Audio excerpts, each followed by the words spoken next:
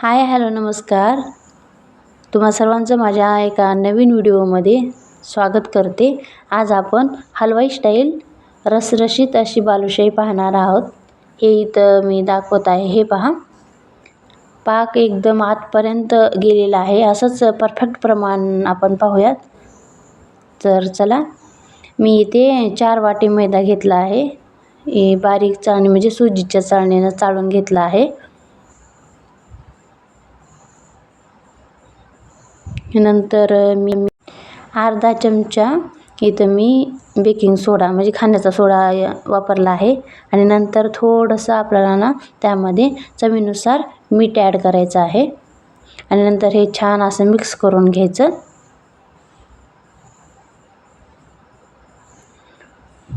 पूर्ण छान असं मिक्स करून घेतल्याच्या नंतर आपण त्यामध्ये ना एक पाऊण वाटी असं कडकडीत गरम झालेलं घरचं असं साजूक तूप आपण त्यामध्ये ॲड करणार आहोत. हे पहा,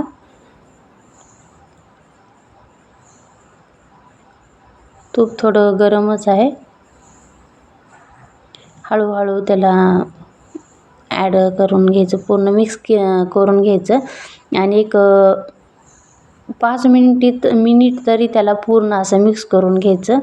म्हणजे ते ना पूर्ण त्या मैद्याला ना पूर्ण लागून जाईल ते तूप. आणि नंतर का आपण असं मूठ बांधून बघायचे, म्हणजे हे परफेक्ट प्रमाण हे झाले का नाही हे आपल्याला समजून जाईल. ही एक नवीनच ट्रिक आहे, हे तुम्ही लक्षात ठेवा. हे जर परफेक्ट प्रमाण. आणि नंतर मी पाऊण वाटी इथं दही घेतलं आहे. हे फ्रेशच दही आहे. आणि नंतर त्याला पूर्ण मिक्स केले. आणि नंतर पुन्हा पाऊण वाटी मी इथं पाण्याचा वापर केला आहे. पाणी घालून आता छान एक असं मी मळून घेते पीठ.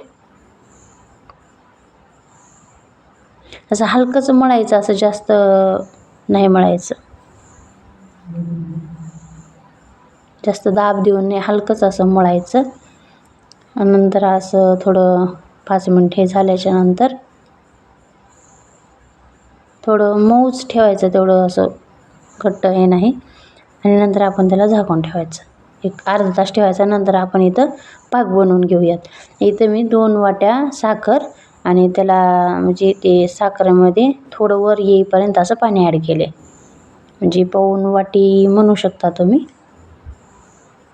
छान ती साखर मी बारीक गॅसवर ती साखर पूर्ण विघरेपर्यंत असंच हलवत राहायचं असं. आणि नंतर पुन्हा मग छान साखर विघरली, इथं उकळी येऊ आली. नंतर मी त्यामध्ये विलायचीची पूड बारीक करून टाकली होती थोडी. आणि ह्याचा पाक जे आहे ना, असं थोडं असं बोटाला असं चिटकलं असं करायचं. असं तार हे म्हणलं का ते पुढं जाते. मी पाहायचं एकदा चेक केलं, पण हे काही नाही झालं. ह्या चाचणी करायला काही लई जास्त वेळ लागत नाही. एक 5 ते 7 मिनटामध्ये ह्याची चाचणी बनवून तयार होते. हे पहा, परत एकदा चेक करते मी. हे मी दाखवते पण तुम्हाला. हे पहा, ह्या प्रकारचे हे असं थोडं जास्त पण नाही, असं थोडं मीडियम असं चिटकलं पाहिजे हे असं. नंतर मग हे परफेक्ट प्रमाण झाले. मग मी इथं हे बाजूला ठेवून गॅस बंद केला. नंतर मग थोडं ते अर्धा तास झाला, मग इथं मी पीठ मळायला घेतलं. म्हणजे आपण आता ह्याची हे पहा किती छान मस्त सॉफ्ट पीठ झाले. आपण ह्याच्या आता बालुशाही बनवून घेऊयात. मी तिकडं ना कढईमध्ये तेल पण तापायला ठेवले. असं मीडियम असं पूर्ण असं नॉर्मल थंड करायचं, असं तेवढं जास्त कडकडीत असं गरम करायचं नाही तेल. हे पहा, हे या प्रकारे मी असं बालुशाही बनवून घेते. हे पहा, इतके छान लेयर्स पडतात ना ह्या बालुशाहीच्या ह्या प्रकारे बनवल्याच्या नंतर. हे पहा तुम्ही.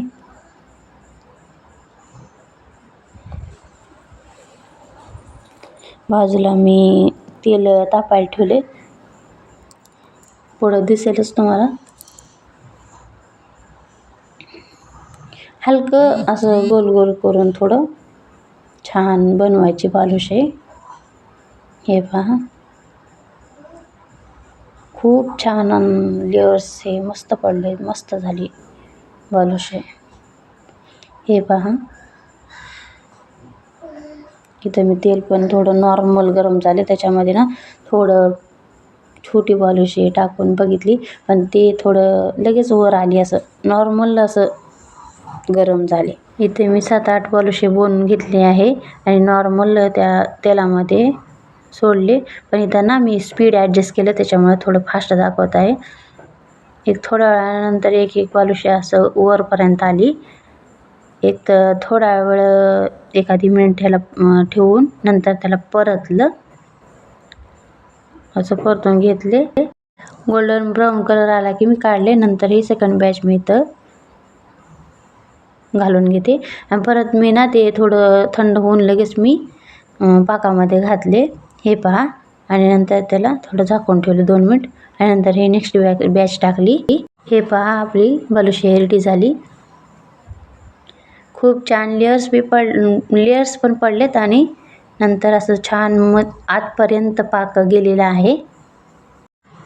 कसा वाटला व्हिडिओला लाईक, शेअर आणि सबस्क्राईब करा. भेटूया नेक्स्ट ब्लॉगमध्ये. तोपर्यंत बाय.